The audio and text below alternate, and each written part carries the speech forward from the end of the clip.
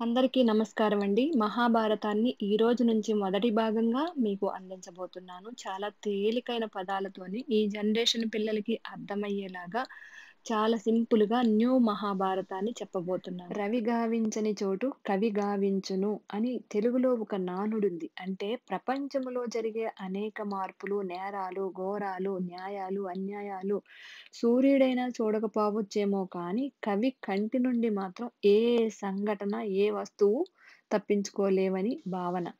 కవులు తమ జీవితమంతా ధారపోసి రచించిన పుస్తకాలన్నీ గూడా ఈ సమాజానికి మంచి జరగటం కోసమే వాటిని వెలుగులోకి తీసుకొస్తారు. అటువంటి మహానుభావులు ఎందరో మహాభారతంలో ఉంటారు. వారి పేర్లను మనం ఒక్కసారి విన్నా కూడా మన జీవితాలు ధన్యమైపోతాయి.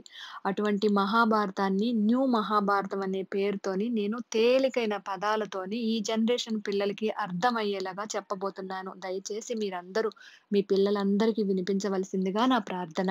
శుక్లాంబరధరం విష్ణుం శశివర్ణం చతుర్భుజం ప్రసన్నవదనం ధ్యాయేత్ సర్వవిఘ్నోపశాంతయే గజానన పద్మార్కం గజానన మహార్షివనికదంతం భక్తానాయ ఉదంతముపాస్మహే. ఓం నమస్తే నమస్తే నమస్తే. వేద వ్యాస భగవానుడు మహాభారతాన్ని 18 పురాణాలను ఈ మానవ జాతికి అందించినవాడు. వేదాన్నే ఊపిరిగా భావించినటువంటి వ్యాస భగవానుడు మానవ జాతికి సూర్యుడు వంటివాడు. నన్నయ్య గారు వ్యాస భగవానుడు గురించి ఎంత గొప్పగా చెప్పారో చూడండి. సంసారం అనే చీకటిని తొలగించినవాడు, ధర్మ సందేశాన్ని చెప్పగలిగినవాడు, వేదాన్ని విభాగాలు చేసినటువంటి వాడు, 18 పురాణాలను ఈ మానవ జాతికి అందించినవాడు, పంచమ వేదము అయినటువంటి మహాభారతాన్ని అందించిన వ్యాస భగవానుడు, ఆయన లేనినాడు మనమంతా కటిక చీకటిలో ఉండిపోతాం. అటువంటి మహానుభావుడైన వ్యాస భగవానుని యొక్క ఉచ్చిష్టం, వ్యాసో ఉచిష్టం జగత్సర్వం. అటువంటి వేదవ్యాస భగవానుని యొక్క స్పర్శతో ఆయన చేత రచింపబడటమే కాదు, మహాభారతంలో అనేక ఘట్టాలలో నిజంగా వ్యాస భగవానుడే స్వయంగా కనిపిస్తారు. మహాభారతం కల్పించి రాసిన గ్రంథం కాదు. కల్పితమైన రచన అయితే రకరకాల పాత్రలుంటాయి. తండ్రి పాత్ర, చెల్లి పాత్ర, అన్న పాత్ర అని ఇలా పాత్రలుంటాయి. ఇది యథార్థంగా జరిగినటువంటి కథ. అందులో చిన్న కల్పితం ఉండదు. ఏది జరిగిందో దానిని మాత్రమే రచన చేశాడు వ్యాస భగవానుడు. ఇతిహాసం. ఇతిహాసం అంటే ఇది ఇలాగానే జరిగింది. ఇది ఇంకొకలాగా జరగలేదు. ఇందులోని ప్రతి అక్షరము ఎలా చెప్పామో అలాగే జరిగింది కాబట్టి వ్యాస భగవానుడు లేకపోతే మనకి ఏది తెలిసేది కాదు. సంస్కృతంలో మహాభారతాన్ని ఇచ్చాడు. మహాభారతాన్ని మహా అంటారు. మహా అని ఎందుకంటారు? మహారామాయణం, మహాభాగవతం అనరు గదా! మహాగ్రంథం కాబట్టి మహాభారతం అన్నారు. ఇది యథార్థంగా జరిగినట్టు మనకి వ్యాస భగవానుడు అందించాడు. ఎందుకంటే మహాభారతం అంటే అందులో భారం కూడా ఉంది. 1000 శ్లోకాలు. 1000 శ్లోకాలతో కూడిన ఇతిహాసం. మహాభారతం బరువుకి సంబంధించింది అలానే ఉంది. 18 పర్వాలతో కొన్ని వేల మంది వ్యక్తులు భారతంలో కనిపిస్తూ ఉంటారు. అందులో ప్రతి ఒక్కటి ఎక్కడా మిస్ చేయకుండా ప్రతి ఒక్క మాట మనకి అందించారు వ్యాస భగవానుడు. ప్రతి దాని వెనక ఆయన ఉద్దేశం ఒక్కటే. ఈ జాతికి, ఈ మానవ జాతికి ధర్మాన్ని అందించాలి, ధర్మం వైపు నడిపించాలి. అంతే ఆయన ఉద్దేశ్యం. మహాభారతాన్ని వినలేనివాడు, మహాభారతాన్ని చెప్పలేనివారు, మహాభారతాన్ని చదవలేని వారు విద్యావంతులే కారు. ఎందుకంటే ఈ వేద మంత్రాల్లో ఉన్న నిజాన్ని తెలుసుకుని, ఈశ్వరుని తలుచుకొని మోక్షాన్ని పొందలేని వారు, వారి జన్మ వృధానే కదా! అందుకని పాపకర్మలు ఇక్కడే పోగొట్టుకుని స్వర్గానికి వెళ్ళగలిగిన వేదం ఈ వేదవ్యాస భగవానుడు అందించిన మహాభారతంలో ఉంది. మన పాపాలు, మన కర్మలు అన్నీ తొలగిపోతాయి. అంత గొప్ప భారతం. ఈ మహాభారత ప్రయోజనం కానీ, రామాయణ ప్రయోజనం కానీ, భాగవత ప్రయోజనం కానీ అంతా ఒకటే. ధర్మాన్ని ఈ సమాజానికి అందించాలి. ఈ ఒక్క మహాభారతం ఇంట్లో ఉండటమే గొప్ప. మహాభారతాన్ని ముట్టుకోవటమే గొప్ప. మహాభారతాన్ని చదవటమే గొప్ప. మహాభారతాన్ని వినటమే గొప్ప. అంత గొప్ప వ్యక్తి పుట్టుకుపోతే ఇంత మంచి గ్రంథాన్ని మనం చదవలేం కదా! అటువంటి మహాభారతాన్ని నన్నయ్య గారు, తిక్కన్న గారు, ఎర్రాప్రగడ గారు ఈ ముగ్గురు త్రిమూర్తులై ముగ్గురు కలిసి తెలుగు భాషకే కొత్త అందాన్ని తెచ్చారు. తెలుగు జాతికే ఒక గొప్ప గౌరవాన్ని తీసుకొచ్చారు. అలా అని ముగ్గురు కలిసి ఒకేసారి ఈ మహాభారతాన్ని రాయలేదు.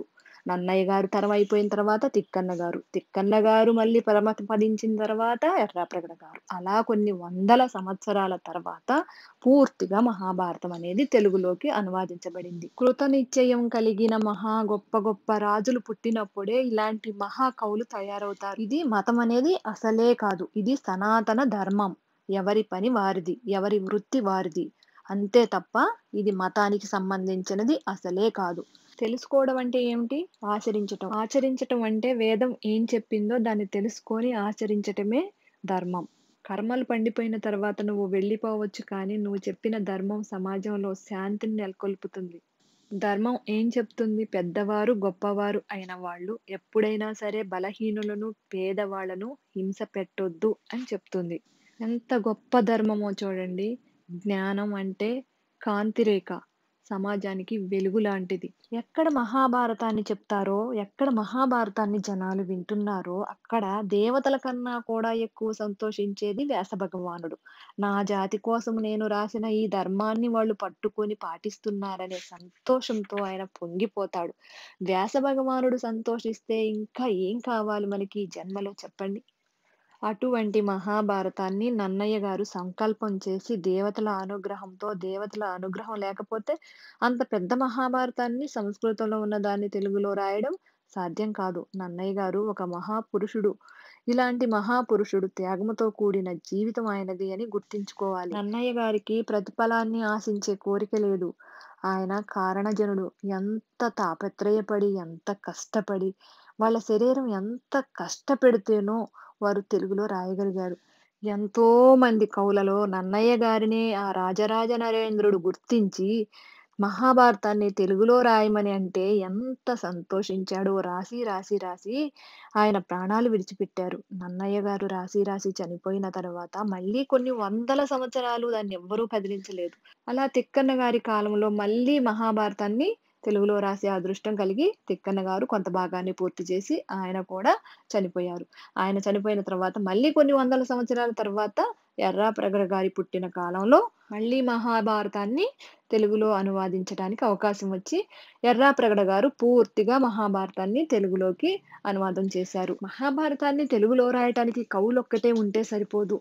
దానికి ఆ కాలంలో రాజుల అనుమతి కూడా కావాలి. రాజు అనుమతి కావాలి అంటే ఆ రాజు ఎంత గొప్పవాడై ఉండాలి, ఎంత మంచి మనసై ఉండాలి, ఎంత సత్యవంతుడై ఉంటే ఆయనకి ఆ ఆలోచనలొస్తాయి చెప్పండి. అందుకే మహాభారతం తెలుగులో రాయటానికి చాలా ఏళ్ళు పట్టింది.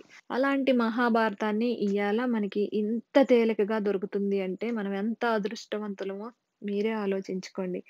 మన ఇంటి కింద ఉండే నిధిని తవ్వుకోకుండా పక్కింటికి వెళ్లి భిక్షాటన చేసిన వాడు ఎటువంటి వాడో, అటువంటి మహాభారతాన్ని చదవకుండా, వినకుండా, చదివి తరించలేని వాడు అలాంటి భిక్షాటన చేసిన వాడితో సమానం.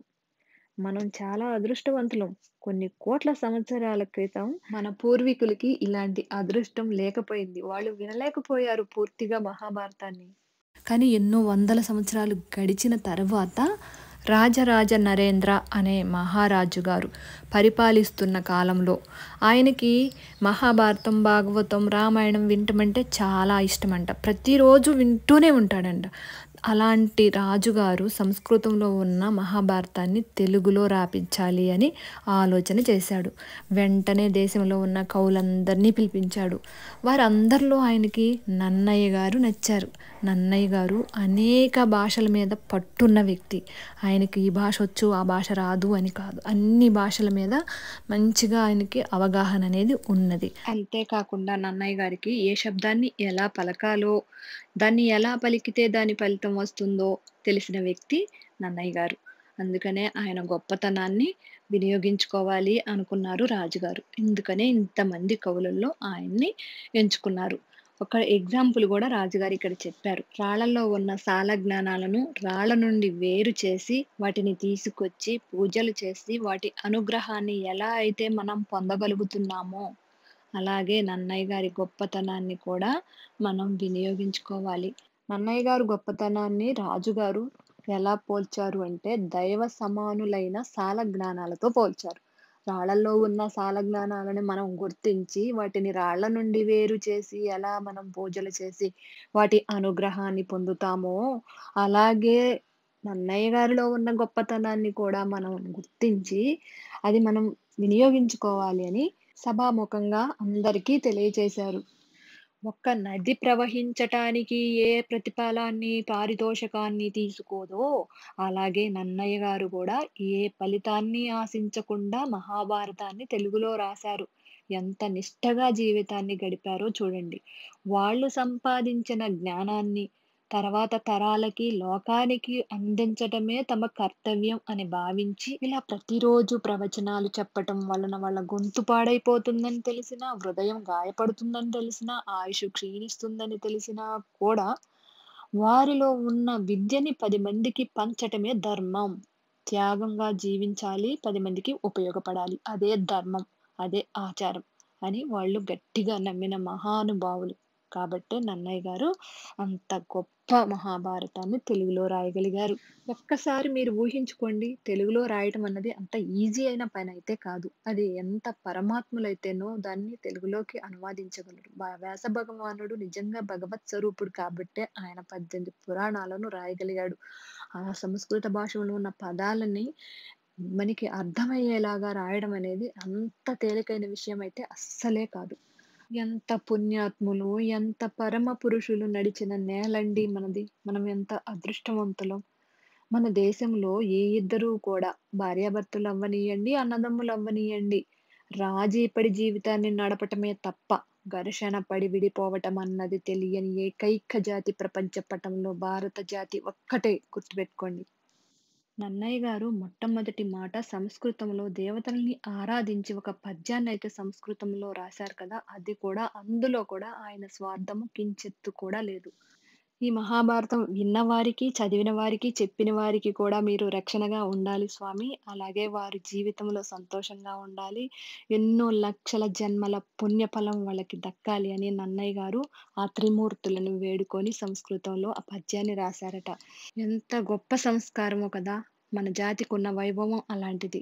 అంతే కాకుండా 100 కపిల గోవులు బంగారు తొడుగుతో బ్రాహ్మణునికి దానం చేస్తే ఎంత పుణ్యం వస్తుందో, ఈ మహాభారతం వింటే అంత పుణ్యం వస్తుంది. మొదట దేవతల్ని తలుచుకున్నారు. తర్వాత గురువుల్ని తలుచుకున్నారు. తర్వాత రాజరాజ నరేంద్ర రాజు గారిని గూడా తలుచుకొని, ఈ మహాభారతాన్ని తెలుగులో రాయడం ప్రారంభించారు నన్నయ్య గారు. 18 పురాణాలను వ్యాస భగవానుడు నిజంగా భగవత్ స్వరూపుడు కాబట్టే ఆయన రాయగలిగారు. కానీ నన్నయ్య గారి జీవిత కాలమంతయు మహాభారతాన్ని సంస్కృతంలో నుంచి తెలుగులోకి రాయలేకపోయారు.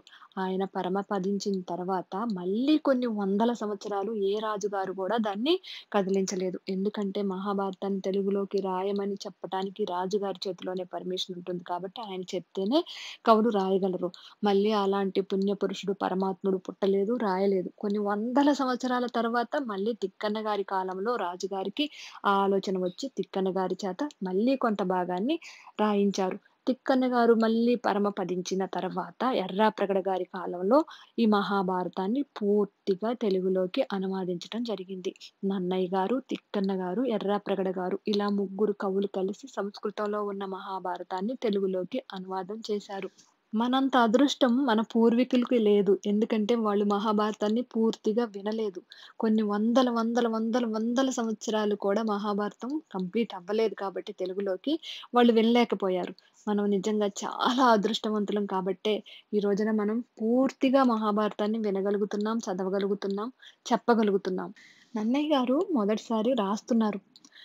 అసలు భూమి మీద మొదటిసారి మహాభారతాన్ని చెప్పిన వారు ఎవరు? ఏ ప్రదేశంలో చెప్పారు అనేది ఆయన రాస్తున్నారు. మొదటిసారిగా ఈ మహాభారతాన్ని ప్రవచనం చేసిన వారు సౌతి. ఆయన ఏ ప్రదేశంలో దీన్ని చెప్పారు అంటే నైమిష అరణ్యం అనబడే ప్రదేశంలో మొట్టమొదటిసారిగా ఆయన మహాభారతాన్ని ప్రవచనం చేశారు. ఎన్నో పుణ్య ప్రదేశాలలో ఇది ఒకటి. దండకారణ్యం ఇది రామాయణ కాలంలో ఎంతోమంది ఋషులు తపస్సు చేశారు. ధర్మారణ్యం, చెంపు అరణ్యం, సైంధవారణ్యం, పుష్కరారణ్యం ఇలా ఎన్నో అరణ్యాలు ఋషులు తపస్సు చేయటానికి, యాగాలు చేయటానికి పుణ్య ప్రదేశాలుగా మారిన అరణ్యాలివి. ఇప్పటికీ ఆ పరమ పవిత్రమైన ప్రదేశాలకు వెళితే ఆ ఋషుల యొక్క తపస్సు యొక్క ఫలితాన్ని, ఆ ప్రకంపనాలను మనం కూడా అనుభూతి చెందగలుగుతాం. కలియుగంలో ఋషులకి బ్రహ్మదేవుడిచ్చిన వరము చేత నైమిషారణ్యంలో 88,000 మంది ఋషులు తపస్సు చేశారు. అందుకే ఆ పుణ్య ప్రదేశంలో మొట్టమొదటిసారిగా మహాభారతాన్ని సౌతి అనే మహర్షి చెప్పాడు. ధర్మం మనల్ని రక్షిస్తుంది. చరిత్ర అనేది ఒక మనిషికి సంబంధించింది. పురాణాలు ఆ మనుషులు లేనప్పుడు కూడా వాటి గురించి చెప్పుకునే వాటిని మనం పురాణాలు అంటాం. ఇప్పుడు పుణ్య ప్రదేశమైన నైమిషారణ్యంలో 88,000 మంది ఋషులందరూ కలిసి ఒక కులపతిని ఎన్నుకున్నారు. ఆయన పేరు సౌలకుడు. ఆయన 4 వేదాలు 6 వేదాంగాలను చదువుకున్నవాడు. ప్రతిరోజు వీరందరికీ ఆ వేదాల గురించి చెప్తూ ఉంటాడు. చాలా తక్కువ మాట్లాడతాడు. ఆయన ఒక యాగాన్ని చేస్తున్నారు. అది 12 సంవత్సరాలు, చాలా పెద్ద యాగం. ఈ యాగాన్ని 12 సంవత్సరాలు చేయాలి. యాగాలలో చాలా రకాలుంటాయి. అందులో సత్రయాగం ఒకటి. ఈ యాగాన్ని సౌలకుడు లోక ప్రయోజనం కొరకు చేస్తున్నాడు. ఇప్పుడు ఈ సౌతి మహర్షి మహాభారతం చెప్పటానికి ఆ ప్రదేశానికి వెళ్ళాడు. ఈ సౌతికి 3 పేర్లున్నాయి. సౌతి, కథకుడు, ఉగ్రస్య వసుడు అనే 3 పేర్లున్నాయి. ఈ సౌతి రోమ మహర్షి కుమారుడు. రోమ మహర్షి అగ్నిగుండం నుంచి పుట్టినవాడు. ఆయనకి సూతుడు అనే పేరు కూడా ఉంది. రోమ మహర్షి అనే పేరు ఎందుకు వచ్చిందంటే ఆయన ప్రవచనాలు చెప్తుంటే ఆనందంతో అందరూ పులకించేవారట. సభలో కూర్చున్న వారికి వెంట్రుకలు నిక్కపొడుచుకునేలాగా ఆయన ప్రసంగాలు చేసేవాడంట. అందుకని ఆయనకి రోమ మహర్షి అనే పేరు వచ్చింది. అసలు పేరు సూతుడు. అగ్నిగుండం నుంచి ఉద్భవించాడు కాబట్టి అందరూ ఆయన్ని సుత అని పిలిచేవారు. ఆయన కుమారుడే సౌతి, కథకుడు, ఉగ్రస్యవస్యుడు. సౌతి కూడా తండ్రిలాగే పురాణ ప్రవచనాలు చెప్తూ ఉంటాడు. ఆ ప్రాంతం పునీతమైనది, పవిత్రమైనది అంటే అక్కడ పురాణ మహాభారతాలు చెప్పిన చోటు అని అర్థం. నిజంగా మహాభారతం చెప్పిన చోటు పరమ పవిత్రమైపోతుంది. మహాభారతం వినాలన్నా చాలా అదృష్టం ఉండాలి. అదృష్టం ఉంటేనే మనం ఆ ధర్మాన్ని వినగలం. మనకి శాస్త్రంలో కూడా అంటారు కదా, తింటే గారెలు తినాలి, వింటే భారతం వినాలి అని. ఇప్పుడు అర్థమైంది కదా మీకు సౌతి అంటే ఎవరో. ఆయన నైమిషారణ్యానికి రాగానే అందరికీ నమస్కారాలు పెట్టి సౌలకుడికి కూడా నమస్కారం చేశాడు. అప్పుడు సౌలకుడు అంటే ఆరణ్యానికి పెద్ద. ఆయన సౌతితో ఇలా అంటాడు, మేము ఒక యాగం చేస్తున్నాము, దాని పేరు సప్రయాగము. ఇది 12 సంవత్సరాలు చేయాలి. నువ్వు ప్రవచనాలు చెప్తూ ఉంటావు కదా, అందుకని నువ్వు భగవత్ సంబంధమైన పుణ్యకథలు మరియు భగవంతుడికి సంబంధించిన విషయాలు, నీవు ఎక్కడెక్కడ ఏ ఏ ప్రదేశాలను చూసి వచ్చావో వాటి గురించి, ఏ ఏ నది స్నానం చేశావో, తీర్థయాత్రలకు వెళ్ళావు కదా, ఏ ఏ నది స్నానం చేశావో వాటి ఫలితం ఏంటి, ఈ విషయాలన్నీ నీవు మాకు చెప్పాలని కోరుకుంటున్నాము, మేము వినటానికి సిద్ధంగా ఉన్నాము అని సౌలకుడు సౌతితో అన్నాడు. అప్పుడు సౌతి, నిజమే, తీర్థయాత్రలకు వెళ్ళి నదీ స్నానం చేయటం వలన యజ్ఞం చేసినంత పుణ్యం కలుగుతుంది. అలాగే నాకు శమంతక పంచకం గురించి తెలుసు, కురుక్షేత్ర యుద్ధం గురించి తెలుసు, జననీ జయుడు సర్పయాగం కూడా ఇప్పుడే చూసి వస్తున్నాను సర్పయాగం దగ్గర నుంచి అని ఆయన మొదలు పెడుతున్నాడు. శమంతక పంచకము అంటే పరశురాముడు జననం అన్నమాట. జమదగ్ని రేణుకలకు జన్మించిన కుమారుడే పరశురాముడు. ఆయన ఎప్పుడు జన్మించాడు అంటే ఈ భూమి మీద విపరీతమైన చెడు పెరిగిపోయింది. క్షత్రియులు అంటే రాజులు మంచి పరిపాలన చేయకుండా చెడు అలవాట్లు, చెడు పరిపాలన, ప్రజల్ని భయపెట్టడం, వారి దగ్గర ఉన్నది గుంజుకోవడం, అలా అన్ని హింసాకాండలు చేస్తూ ఉన్నారు. అప్పుడు ఆయన జన్మం జరిగింది. ఆయన పుట్టి ఈ భూమండలాన్ని అంతటిని 21 సారి దండయాత్ర చేసి ఆ క్షత్రియులను అందరినీ చంపేశాడు. వాళ్ళందరూ చనిపోయిన రక్తం 5 సరోవరాలుగా ఏర్పాటైంది. ఆ రక్తంతోనే పితృదేవతలకి తర్పణ చేశాడు. అంత గొప్పవాడు పరశురాముడు. తర్వాత మహాభారతంలో ఆయన కర్ణుడికి గురువుగా ఉన్నాడు. ఇప్పుడు సౌతి చెప్తున్నాడు, ఈ భూమి మీద వేదము రాసులుగా పడి ఉంటే కలియుగంలో మనుషుల ఆయుష్ను దృష్టిలో పెట్టుకుని వారు అదంతా చదవలేరని వేదమును కూడా విభాగాలుగా చేశాడు వ్యాస భగవానుడు. 4 వేదాలు, ఋగ్వేదము, యజుర్వేదము, సామవేదము, అధర్మవేదము. ఈ 4 వేదాలని వ్యాస భగవానుడు తన దగ్గరున్న శిష్యులలో 4గురికి ఉపదేశించాడు. ఋగ్వేదము బయలుడికి, యజుర్వేదము వైశంపాయనుడికి, సామవేదము జైమినికి, అధర్మవేదము సుమంతునికి ఉపదేశించాడు. వారి ద్వారాగా వారి శిష్యులు అట్లా అది అందరూ చెప్పుకుంటూ వస్తున్నారు. ఎంత గొప్పవాడండి వ్యాస భగవానుడు. పంచమ వేదం అనే మహాభారతాన్ని రచన చేశాడు. అబ్బా, ఇందులో మీకు తెలియని విషయం అంటూ ఉండదు. భారతం ఒక్కటి ఉంటే చాలు మీ సమస్యలన్నీ తీరిపోతాయి. దేనికైనా సరే భారతమే ఆధారం. ఇంతకన్నా ఇంకా ఏమీ లేదు. నీ జీవితంలో ప్రతి ప్రశ్నకి జవాబు లేనిదంటూ మహాభారతంలో లేదు. మీకు వెతకటమైనా రావాలి, వినటమైనా రావాలి, అంతే. ఇందులో లేని విశేషం అంటూ లేదు. అంత గొప్పగా పొందుపరిచారు మా గురువుగారైనటువంటి వ్యాస భగవానుడు. అలాంటి మహాభారతాన్ని గురించి, ఆ సనాతన ధర్మాన్ని మీకు చెప్పబోతున్నాను. ఈ వేదాన్ని వినటం కన్నా అదృష్టం ఏముంటుంది? అంతకన్నా శాస్త్రీయం కూడా లేదు అంటారు. నీతి ధర్మంతో కూడిన అది ఒక మహాకావ్యం. ఇంతకన్నా గొప్ప కావ్యం లేనే లేదు. ఇది యథార్థ గాథ. జరిగింది జరిగినట్టుగా ఎంత గొప్పగానో చెప్పటం ఆ వ్యాస భగవానుడికే సాధ్యమైంది. ఆది గురువైనటువంటి మొట్టమొదటి మహర్షి మహానుభావుడు పరశురాముని యొక్క కుమారుడు సాక్షాత్తు విష్ణు స్వరూపుడైనటువంటి వ్యాస భగవానుడు అందించిన మహాభారతం గురించి ఈరోజు మీకు ప్రవచనం చేస్తాను. మీరందరూ వినండి అని సౌతి మహర్షులందరికీ చెప్పాడు. అక్లోహిని అంటే అర్థమేంటో, పర్వం అంటే ఏంటో, మహాభారతంలో ఎన్ని పర్వాలున్నాయి, ఆ పర్వాలలో ఉండే సారాంశం ఏంటి, ఒక్కొక్క పర్వానికి ఒక్కొక్క పేరు ఎందుకొచ్చిందో 18 పర్వాల గురించి వివరంగా చెప్తాను. సంతన మహారాజేంటి, భీష్ముడేంటి, పిల్లాడేంటి, ప్రత్యక్షమవడం ఏంటి, గంగేంటి, అష్టమాసుర శాపరం ఏంటి, వాళ్ళు భూమి మీద పుట్టడం ఏంటి, గంగకు పట్టుకెళ్ళి గంగలో పారేయడం ఏంటి, ఎనిమిదో వాడు మహాపురుషుడు అవ్వటం ఏంటి, దీర్ఘకాలం ఉండటం ఏంటి, పెళ్లి చేసుకోపోవడం ఏంటి, అది ధర్మానికి విరుద్ధం కదా, ఇవన్నీ ఎలా జరిగాయి వివరంగా చెప్తాను. ఇప్పుడైతే నేను జననీజేయుడు యాగశాల నుండి వస్తున్నాను కాబట్టి ఇక్కడి నుంచే మొదలు పెడతాను.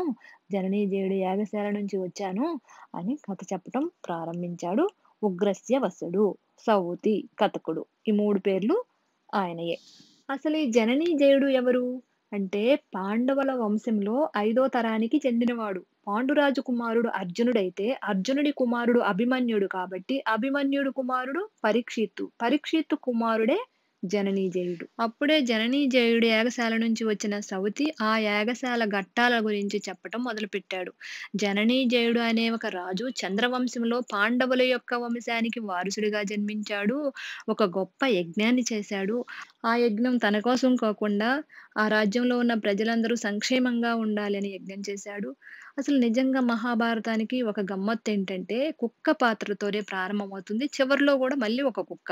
మధ్యలో మహాభారతాన్ని కూడా ఒక కుక్కే మలుపు తిప్పుతుంది.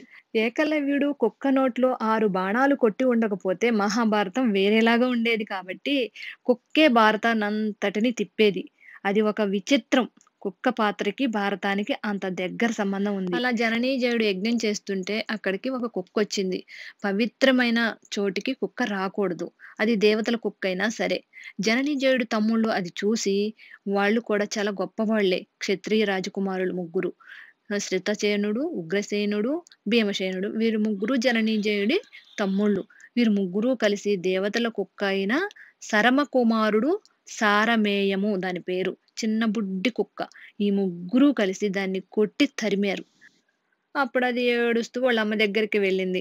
వెళ్ళి "అమ్మా నేను యజ్ఞశాలకి వెళ్ళలేదమ్మా. అక్కడ ఏం జరుగుతుందోనని నిలబడి చూస్తున్నాను. వాళ్ళ తమ్ముళ్ళు జననీజయుడు యొక్క తమ్ముళ్ళు వచ్చి నన్ను తరిమి తరిమి కొట్టారమ్మా. చూడమ్మా నా ఒళ్ళంతా ఎలా హూనమైపోయిందో" అని ఏడ్చింది. అప్పుడు ఆ తల్లి బాధ తట్టుకోలేక శర్మ ఆహ్, జననీజయుడు యజ్ఞశాలకొచ్చి ఎంత గొప్పగా మాట్లాడిందో చూడండి. "ఓ భూమిని పరిపాలించేవాడా! నువ్వు న్యాయం చెప్పాలి. దయలేని నీ తమ్ముళ్ళు వివేకం లేనివారై ఆలోచించకుండా నా కొడుకు చిన్నవాడు, చాలా చిన్నవాడు. అది ఏం దోషం చేయలేదు.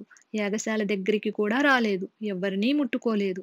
దూరం నుండి అలా నిలబడి చూసింది. అలా చూసిన కారణానికి నీ తమ్ముళ్ళు వెంటపడి, వెంటాడి దాన్ని చిత్రహింసలు పెట్టి కొట్టారు. అది దెబ్బలతో బాధపడుతూ నా దగ్గరికి వచ్చింది. నేను నీతో ఒక విషయం చెప్పి పోదామని వచ్చాను. నీ తమ్ములని శిక్షించమని నేను అడగడం లేదు. నేను ఒక మాట చెప్పి పోతాను విను. బలహీనులే కదా వాళ్ళేం చేస్తారులే అని వాళ్ళ జోలికి వెళ్తే నీకొక ఫలితం వస్తుంది. కారణం లేని భయం కలుగుతుంది. ప్రమాదానికి కారణం ఉండదు సుమా! గ్రహించుకో రాజా అని వెళ్ళిపోయింది శర్మ. ఇప్పుడు జననీజయుడు పురోహితుడి దగ్గరికి వెళ్ళాడు. చూడండి ఎంత ఇంట్రెస్ట్‌గా వినాలి అని నన్నయ్య గారు గాని, వ్యాస భగవానుడు కానీ, ఇక్కడ మొదలుపెట్టి ఇంట్రెస్ట్ అనేది 18 పర్వాలు అయిపోయే వరకు కూడా మీరు ఇలాగే ఇంట్రెస్ట్‌గా వినేలాగా వాళ్ళు ఈ మహాభారతాన్ని రచించారు. అప్పుడు పురోహితుడు, "ఓ జనమేజయ, నీ ప్రవర్తనను మార్చుకోవాలి. నీకెవ్వరు చెప్పేవారు లేక చెడిపోతున్నావు. మనకన్నా తక్కువ వారితోనూ, మనకన్నా ఎక్కువ వారితోనూ, మనతో సమానమైన వారితోనూ ఎలా ఉండాలో కూడా తెలిసి ఉండాలి. లేకపోతే కారణం లేని కష్టాలొస్తాయి రాజా. ఇప్పుడైనా తప్పు తెలుసుకున్నావు కాబట్టి ఆ దేవదేవుడిని వేడుకో. పాము కరిచే చోట చీమతో సరిపెడతాడు. కర్మ తక్కువైపోతుంది." అలా పురోహితుడు చెప్తే జనమేజయుడు వింటాడు. వినకపోతే మళ్ళీ అహంకారం వస్తుంది. అయితే జనమేజయునికి ఒక గంధర్వుడు సలహా ఇస్తారు. "మీరు ఒక పురోహితుడిని పెట్టుకుంటే మీకు సలహాలివ్వటమే కాకుండా ప్రజల సంక్షేమం గురించి కూడా ఎప్పటికప్పుడు మీకు చెప్తూ ఉంటాడు" అని చెప్పగానే జనమేజయుడు ఒక మంచి పురోహితుడిని వెతుక్కోవటానికి వెళ్తాడు. 10 మంది కలిసి చేసే పనులు కొన్నుంటాయి. మనకి మనంగా చేసుకునే పనులు కొన్నుంటాయి. ఆ పురోహితుడిని తనే వెతుక్కోవాలి అని బయలుదేరాడు జనమేజయుడు.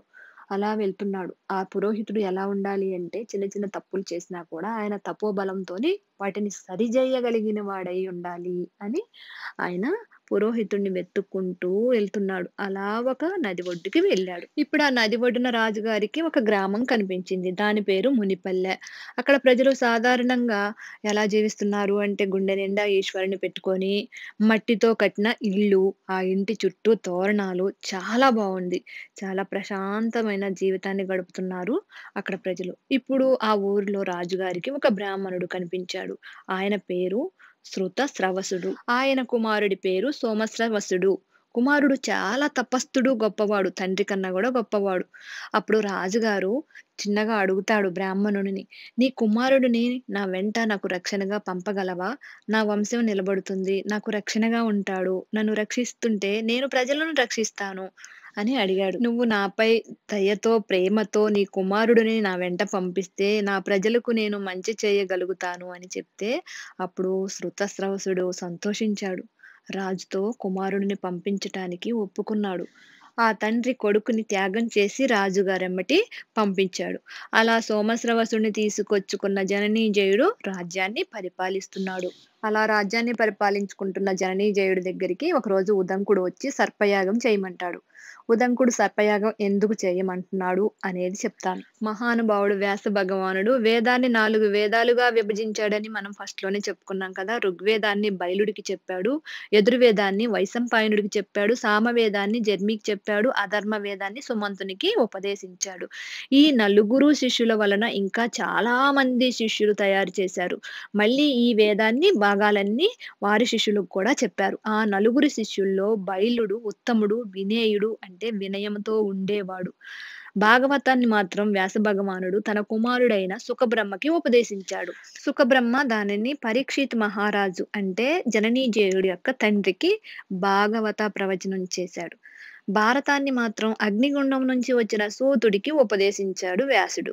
సూతుడు అంటే మనం ఫస్ట్‌లో సవతి తండ్రి అని చెప్పుకున్నాం కదా! సూతుడికి మరో పేరు రోమ మహర్షి అంటారు. వ్యాసుడికి ముఖ్యమైన శిష్యుడు ఎవరయ్యా అంటే బైలుడు. బైలుడు గురుభక్తి కలవాడు. గురువు పట్ల ఎంతో వినయంగా ఉండేవాడు. అలాగే వ్యాస భగవానుడికున్న శిష్యులలో బైలుడు ఎలా అయితే ఇష్టమైన శిష్యుడో, అలాగే బైలుడు శిష్యులలో ఉదంకుడు ఒకడు ఇష్టమైన శిష్యుడు. గురువుగారు ఏం చెప్పినా నేర్చుకునేవాడు ఉదంకుడు. బైలుడు శిష్యుడైన ఉదంకుడికి అష్టసిద్ధులు లభిస్తాయి. గురువుగారి వలన ఈ స్థితి లభించింది. అష్టసిద్ధులతో పాటు వేద విద్యని, దానికి సంబంధించిన జ్ఞానమును పొందాడు. బైలుడి దగ్గర సమస్త జ్ఞానాన్ని పొందిన ఉదంకుడు ఆ రోజుల్లో గురు శిష్యులకి ఒక నియమం ఉండేది.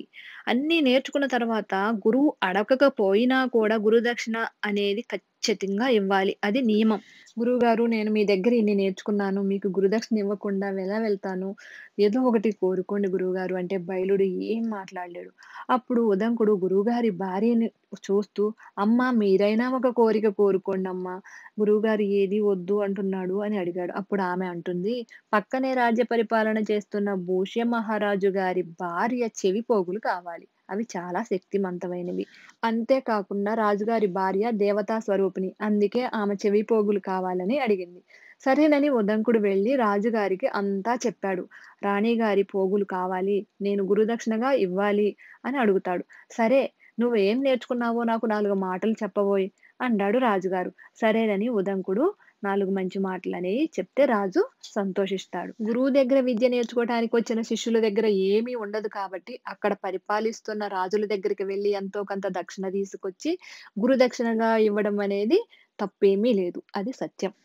సరే, భర్త మాట కాదు అనని భార్య, రాజుగారి భార్య కదా!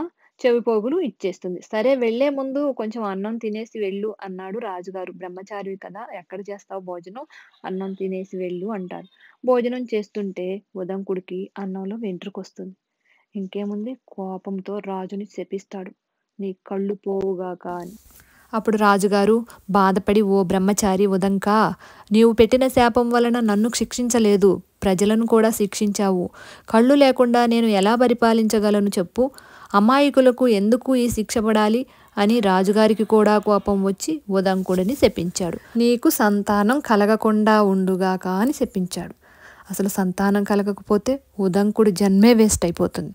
పుస్తకాలు చదివితే ఋషుల రుణం తీరుతుంది, యజ్ఞాలు హోమాలు చేయటం వలన దేవతల రుణం తీరుతుంది. సంతానం కలగకపోతే పితృ రుణం తీరదు, తన తండ్రి రుణం అనేది తీరదు. ఆ రుణం తీరకపోతే స్వర్గలోకంలో చోటు దక్కదు. స్వర్గలోక ద్వారాన్ని కూడా నువ్వు చూడలేవు, కాబట్టి ఉన్నత లోకాలు లేవు. చూసారా, స్వభావాలు బయటకు వస్తే ఎంత ప్రమాదమో.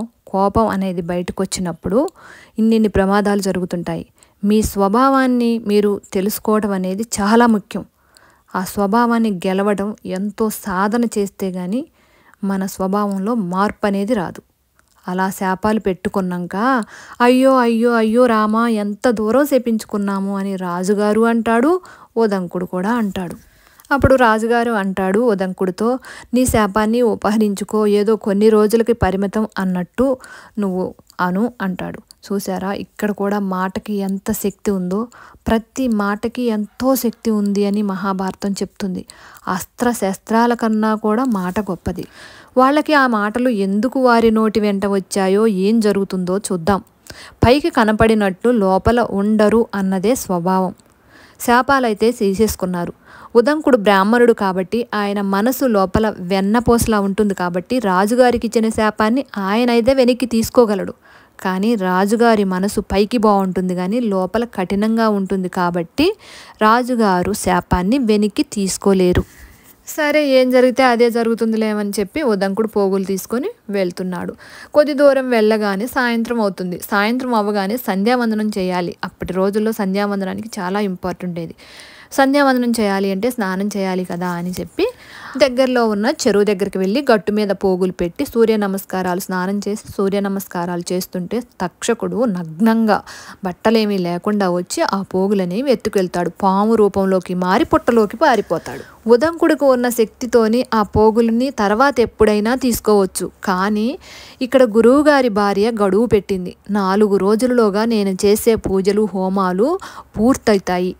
ఇవి పూజలు పూర్తయ్యే లోపు నువ్వు గురుదక్షిణగా నాకు ఆ పోగులు ఇవ్వాలని కోరుకుంది. ఉదంకుడికి ఉన్న అష్టసిద్ధులను ఎప్పుడూ ఉపయోగించలేదు. గాలిలో ఎగిరే శక్తి ఉన్నా కూడా ఆయన నడిచే వెళ్ళి పోగులను తీసుకొచ్చాడు. కానీ ఇప్పుడు సమయం వచ్చింది. గురువు గారి భార్య పూజ ముగిసే సమయానికే ఆమెకి చెవి పోగులు ఇస్తానని మాటిచ్చాడు. కాబట్టి ఇప్పుడు ఆ శక్తులని ఉపయోగించి ఆయన కూడా గాలి వేగంతో వెంటపడ్డాడు. తక్షకుడు వెంటపడ్డాడు. తాను కూడా ఆ పొట్టలో నుంచి నాగలోకానికి వెళ్ళిపోయాడు. తీరా నాగలోకానికి వెళితే ఎవ్వరూ లేరు, అంతా నిశ్శబ్దంగా ఉంది. అప్పుడు ఉదంకుడు నాగరాజులందరినీ ప్రార్థించాడు. పేరు పేరున ఆదిశేషుడిని, తక్షకుడిని పేరు పేరున ప్రార్థించినా కూడా ఎవ్వరూ రాలేదు. ఇక్కడ మీకు ఒక గొప్ప విషయం చెప్పాలి. నన్నయ్య గారు ఈ శ్లోకాలు నాగులని ఉద్దేశించి రాసినప్పుడు అసలు బుస్ బుస్ అనే శబ్దం పలికేటట్టుగా ఈ శ్లోకాలు ఉంటాయి. మీరు ఒక్కసారి గూగుల్లో సెర్చ్ చేసి ఈ శ్లోకాలు అనేవి మీరు వినండి. ఈ శ్లోకాలు విన్నవారికి పాముల వలన కలిగే బాధలు పోతాయి, తరుముకొచ్చే కష్టాల నుండి కూడా మీకు విముక్తి కలుగుతుంది అని చెప్పారు. అలా ఉదంకుడు ప్రార్థన చేసినా కూడా ఎవ్వరూ ప్రత్యక్షం కాలేదు. ఉదంకుడికి ఫుల్ కోపం వచ్చినా ఏం చేయలేడు కదా, ఎంత ప్రార్థించినా ఎవ్వరూ ప్రత్యక్షం కాలేదు. కానీ అక్కడికి కీచంత దూరంలో ఒక తెల్లటి గుర్రం మీద ఒక పురుషుడు కనిపించాడు. ఆ పురుషుడు దగ్గరికి రమ్మని పిలిచాడు. ఉదంకుడు దగ్గరికి వెళ్ళాడు. ఆ దివ్య పురుషుడు గుర్రం చెవిలో ఊదమని చెప్పాడు. ఉదంకుడు నమ్మాడు, గుర్రం చెవిలో ఊదాడు. అలా ఒక్కసారి ఊదేసరికి ఒక పెద్ద అగ్నిహోత్రం అంటే ప్రమాదకరమైన మంటలు పైకొచ్చి నాగలాగం చుట్టుముట్టాయి. ఆ మంటలకి భయపడి తక్షకుడు బయలుదేరి వచ్చేశాడు. చెవి పోగులు ఎత్తుకెళ్ళాడు కదా, నేను ఇప్పుడు ఈ పోగులు ఇవ్వకపోతే ఈ మంటలు మా లోకాన్ని అంతటినీ దహించి వేస్తాయని భయపడి వెంటనే ఆ పోగులు తీసుకొచ్చి గబగబా ఉదంకుడి చేతిలో పెట్టాడు. అప్పుడు ఉదంకుడు, నేను ఇప్పుడు చాలా తొందరగా వెళ్ళాలి, గురువుగారికి దక్షిణ ఇవ్వాలి, గురువుగారి భార్య పూజ ముగించక ముందే ఆమెకి ఈ పోగులు ఇవ్వాలి, ఎలా వెళ్ళాలి అని గుర్రం మీద ఉన్న పరమ పురుషుణ్ణి అడిగారు. అప్పుడు ఆయన, ఇదిగో ఈ గుర్రాన్ని వేసుకెళ్ళు అన్నాడు. అలా ఆ గుర్రాన్ని వేసుకొని గురువుగారి దగ్గరికి వెళ్తాడు. అప్పుడు ఆ గురువుగారు, నువ్వు ఈ కుండములను అంటే చెవల పోగులని కుండములు అంటారు, ఈ కుండములను తీసుకురాగలిగావు అంటే నీకు భగవంతుడు తోడుగా ఉంటే తప్ప సాధ్యం కాదు నాయన, నీకు ఆ భగవంతుడు అనుగ్రహం వలనే ఇవి తీసుకుని రాగలిగావు అంటాడు. ఇక్కడ ధర్మము నీతి ఏంటి అంటే గురువు పట్ల శిష్యుడు ఎలా ప్రవర్తించాడు, గురుదక్షిణ తీసుకురావటానికి శిష్యుడు ఎంత కష్టపడ్డాడు, దానివలన ఎంత అభివృద్ధి పొందాడు. మహాభారతం ప్రారంభంలో గురువు వైభవంగా వ్యాస భగవానుడు సంస్కృతంలో రచించితే దీన్ని నన్నయ్య గారు తెలుగులో రచించి దానికి కొన్ని పద్యాలను కలిపి లోకంలో అందరూ సంతోషంగా ఉండాలని, దేవతల అనుగ్రహం పొందటానికి భారతాన్ని విన్న వారికి ఆ పద్యం యొక్క శక్తి ప్రసరించి అందరికీ మంచి జరిగేలా వ్యాస భగవానుడి అనుగ్రహంతో నన్నయ్య గారు మనకి అందిస్తే ఇవాళ మనం ఈ ఘట్టాన్ని చెప్పుకోగలుగుతున్నాం. గురువు యొక్క అనుగ్రహం చేత ఉదంకుడు ఈశ్వరుడిని దర్శించుకోగలిగాడు. ఈ గురుదక్షిణ పూర్తి అయిన తర్వాత ఉదంకుడు తపస్సు చేసుకోవటానికి బయలుదేరాడు. ఎంత సాధించినా, ఎన్ని శక్తులు లభించినా కూడా మన మనసులో ఉండే ఉద్దేశాన్ని, స్వభావాన్ని జయించాలి. దాన్ని జయించాలి అంటే ఎన్ని జన్మలెత్తాలో, ఎన్ని వందల సంవత్సరాలు పడుతుందో తెలియదు. ఎంత శక్తివంతులైనా కూడా ఈ ఉద్దేశం మానకపోతే అంతే, అష్టశక్తులు కూడా నశించిపోతాయి, సంపాదించినదంతా పోతుంది. మనసులో ఒక్క సెకండ్ కూడా చెడు ఉద్దేశం రాకూడదు. వచ్చింది అంటే అది మనల్ని వదిలిపెట్టదు, మనల్ని పూర్తిగా నష్టపెట్టే వరకు ఎన్ని జన్మలెత్తినా మన వెంటే ఉంటుంది. అలాగే జరిగింది ఉదంకుడి జీవితంలో. గురువు దగ్గర అన్ని విద్యలు నేర్చుకున్నాడు, గురుదక్షిణ కట్టాడు, గురువు ఆశీర్వాదం పొందాడు, ధన్యుడయ్యాడు, ఒక ఆశ్రమాన్ని నిర్మించుకున్నాడు, చక్కగా తపస్సు చేసుకుంటున్నాడు. అలా ఉంటే పర్వాలేదు. కానీ అప్పుడప్పుడు ఉదంకుడికి తక్షకుడు గుర్తొస్తున్నాడు. గురుదక్షిణ కోసం చెవిపోగులు తెస్తుంటే తక్షకుడు ఎత్తకపోయి, నన్ను ఎంత కష్టపెట్టాడు, నాగుల కోసం నేను ఎన్ని పద్యాలు చదివాను, ఎంత ప్రార్థన చేశాను, అయినా కూడా నాగులు బయటికి రాలేదు. అందుకే తక్షకుడిపై కోపం పెంచుకున్నాడు. ఎలాగైనా వీడిని చంపాలని నిర్ణయించుకున్నాడు. ఎలా, నన్ను ఇంత కష్టపెట్టాడు అని కోపంతో రగిలిపోతున్నాడు. చూడండి చెడు ఆలోచనలు ఎలా అల్లుకుంటాయో మనసులో. నా కోపం తీర్చుకోవాలి అంటే ఇప్పుడు నాకు ఎవరు సహాయం చేస్తారు అంటే మళ్ళీ రాజుగారే. అప్పుడు పరిపాలిస్తుంది జననీజయుడే. అందుకని ఉదంకుడు రాజుగారి దగ్గరికి వెళ్ళి సర్పయాగం చేయమన్నందుకు ఇదంతా చెప్పాల్సి వచ్చింది. తక్షకుడిని శిక్షించే పని జననీజయుడికి ఒప్పచెప్పి మళ్ళీ నేను వచ్చి నా తపస్సు నేను చేసుకుంటాను, నా తపస్సుకి ఎటువంటి ప్రాబ్లము ఉండదు అనుకున్నాడు.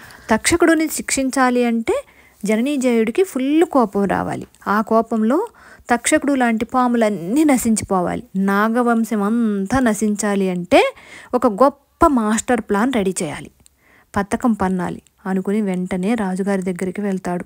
రాజుగారికి పాముల పట్ల కోపం వచ్చేలాగా మాట్లాడుతున్నట్టు తన కోపం బయటికి రాకుండా జననీజయుడికి కోపం వచ్చేలా ఎంత పెద్ద ప్లానో చూడండి. ఓ రాజా, మితహిత సత్యవాక్య అని పిలిచాడు.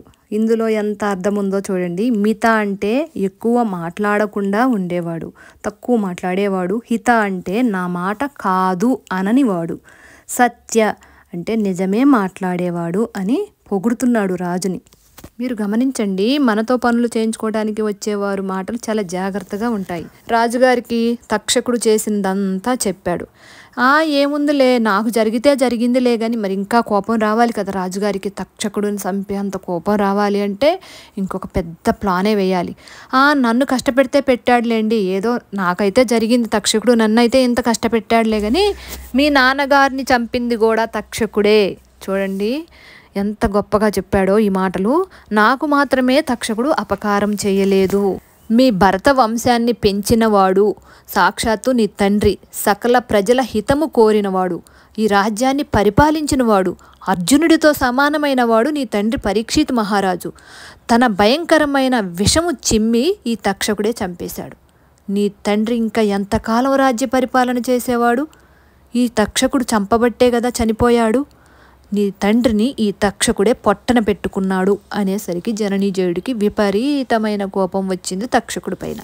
తక్షకుడు పరీక్షిత్ మహారాజుని ఎందుకు చంపాడు అంటే ఒక బ్రాహ్మణుడు వాకు కొరకు చంపాడు. సుగ్రీ అయినటువంటి మహర్షి కుమారుడు శపించాడు.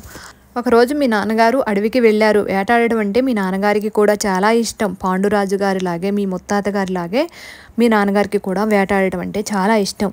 ఒకరోజు అడవికి వెళ్ళినప్పుడు ఎవరో బ్రాహ్మణుడిని పిలిస్తే పలకలేదని అక్కడ గడ్డితో తయారు చేసిన పాము ఉంటే విసిరివేయగా అది తపస్సు చేసుకున్న బ్రాహ్మణుడి మెడలో పడింది. అది చూసిన సుగ్రీ మహర్షి కుమారుడు శపించాడు. 7 రోజులలోగా నువ్వు చనిపోతావు అని శపిస్తాడు. ఆ 7 రోజులు పరీక్షిత్ మహారాజు గారు ఎన్నో జాగ్రత్తలు తీసుకున్నాడు. అయినా తక్షకుడికి మీ నాన్నగారికి ఎప్పుడూ ఎటువంటి గొడవలు లేవు, ఎటువంటి శత్రుత్వము లేదు. ఎప్పుడూ తక్షకుడిని మీ నాన్నగారు ఏమీ అనలేదు.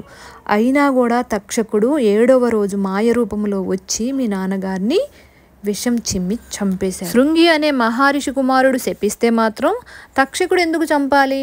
నేను చంపను, నాకు ఆయనకి ఎటువంటి శత్రుత్వము లేదు, ఆయన గొప్ప మహారాజు, ఆయన బతికుండటం చాలా ముఖ్యం, నేను చంపను అనొచ్చు కదా. పరీక్షిత్తు లాంటి ధర్మాత్ముడు చనిపోతే మళ్ళీ అటువంటి పుణ్యాత్ముడు ఎక్కడ నుండి వస్తాడు? నేను నీ మాట వినను. అవసరమైతే నువ్వు నన్ను చంపు, నన్ను శపించు, ధర్మం కోసం నా ప్రాణాలైనా వదిలేస్తాను అన్నాడా తక్షకుడు? ఆ ముని కుమారుడు అన్న మాటకి నిష్కారణంగా మీ నాన్నను చంపేశాడు. ఒక్క బ్రాహ్మణుడు అన్న మాటకి మీ నాన్నగారిని చంపేశాడు తక్షకుడు. నువ్వు కూడా చాలామంది బ్రాహ్మణులను తీసుకునిరా, యజ్ఞం మొదలుపెట్టు. వారు ఒక్కొక్క పాము పేరు చెప్పి స్వాహ అనగానే ఎక్కడున్న పాములన్నీ వచ్చి అగ్నిహోమంలో పడిపోవాల్సిందే. ఒక బ్రాహ్మణుడు శపిస్తే ఆ మాట కోసం మీ నాన్నని చంపేస్తే తప్పు లేదు, కానీ అదే బ్రాహ్మణుల మాటకి పాములన్నీ వచ్చి అగ్నిలో పడిపోవలసిందే. మీ నాన్నకు ఒక న్యాయము, వీటికి ఒక న్యాయమా? చివరికి ఆ తక్షకుడు కూడా స్వాహ అను. అప్పుడు తక్షకుడు వచ్చి ఆ అగ్నిలో పడిపోతుంటే నువ్వు తక్షకుడిని అడుగు, బ్రాహ్మణుడి మాటకి మా నాన్నని చంపావు కదా, ఇప్పుడు నువ్వు కూడా చావు ఈ అగ్నిలో పడి, అప్పుడు నీ పగ తీరుతుంది. మీ నాన్నగారిని చంపినవాడు ఇంకా ఈ లోకంలో తిరుగుతూ భోగాలని అనుభవిస్తూ నాలాంటి బ్రహ్మచారులను ఇబ్బంది పెడుతుంటే నువ్వు ఇంకా చూస్తూ ఉన్నావా? వెంటనే సర్పయాగం మొదలుపెట్టి బ్రాహ్మణులను పిలిచి యాగం మొదలుపెట్టు. అలా ఉదంకుడు చెప్పేసరికి రాజుగారికి జననీజయుడికి ఎక్కడ లేని కోపం వచ్చి వెంటనే నేను సర్పయాగం చేయిస్తాను, సర్పాలన్నీ పిలిపించి అగ్నిహోమంలో పడేయాలి, చంపేయాలి అని సంకల్పం చేసేసాడు. ఇక్కడ కూడా ఒక నీతి ఉంది. తక్షకుడు ఒక్కడే కదా పరీక్షిత్ మహారాజు గారిని చంపింది, మరి మిగతా పాములన్నీ ఏం పాపం చేశాయి? అడగాలి కదా జననీజయుడు ఉదంకుణ్ణి, నేను తక్షకుడిని ఒక్కడనే చంపుతాను, మిగతా పాములు ఏం పాపం చేశాయని. కానీ కోపంలో, విపరీతమైన కోపంలో సంకల్పం చేసేశాడు. ఉదంకుడికి పాములన్నీ చచ్చిపోవాలని కోపం ఉంది. ఎందుకంటే నాగలోకానికి వెళ్ళినప్పుడు ఎన్నో శ్లోకాలు చదివినా కూడా అవి దర్శనం ఇవ్వలేదు. ఆ కోపంలో పాములన్నీ చనిపోవాలి అని ఉదంకుడు కోరుకున్నాడు, కానీ రాజుగారు కోరుకోలేదు. రాజుగారు కోపంలో సంకల్పం చేశాడు. ఇక తప్పదు. ఎవరైనా విపరీతమైన కోపంలో ఎలాంటి ప్రణాళిక నిర్ణయాలు తీసుకోకూడదు. అంతకి తీసుకోవాల్సి వచ్చినప్పుడు మీ మంచి కోరేవారి దగ్గర నుంచి సలహాలు అడిగి తెలుసుకోండి. కానీ మీరు మాత్రం ఎలాంటి నిర్ణయం చేయకూడదు. చేస్తే ఇంకా ఇలానే ఉంటుంది. కోపం మన ఒంటిని ఆవరించి ఉండగా నిర్ణయం చేయటం, ఆలోచన చేయటం మంచిది కాదు. కోపంలో చేసే పనులకి విచక్షణ ఉండదు. ఎవరైతే కోపం వచ్చినప్పుడు ఆ కోపాన్ని వదిలేయడానికి ప్రయత్నం మొదలు పెడతారో వారు దైవలోకం వైపు అడుగులు వేస్తున్నారని అర్థం. ఎవరైతే కోపాన్ని వదలకుండా పట్టుకుంటున్నారు అంటే వారు కిందికి దిగుతున్నారు అని అర్థం. అంటే దేవుడికి దూరంగా వెళ్తున్నారని అర్థం.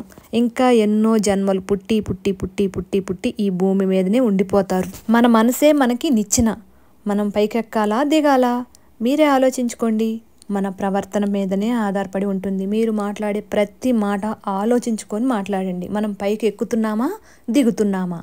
మీకే అర్థమైపోతుంది. అత్యంత ప్రధానమైన ఈ విషయాన్ని వ్యాసభగవానుడు నన్నయ్య గారు ఈ నిజాన్ని జనులు తెలుసుకొని ధర్మంగా నడుచుకోవాలని కోరుకున్నారు.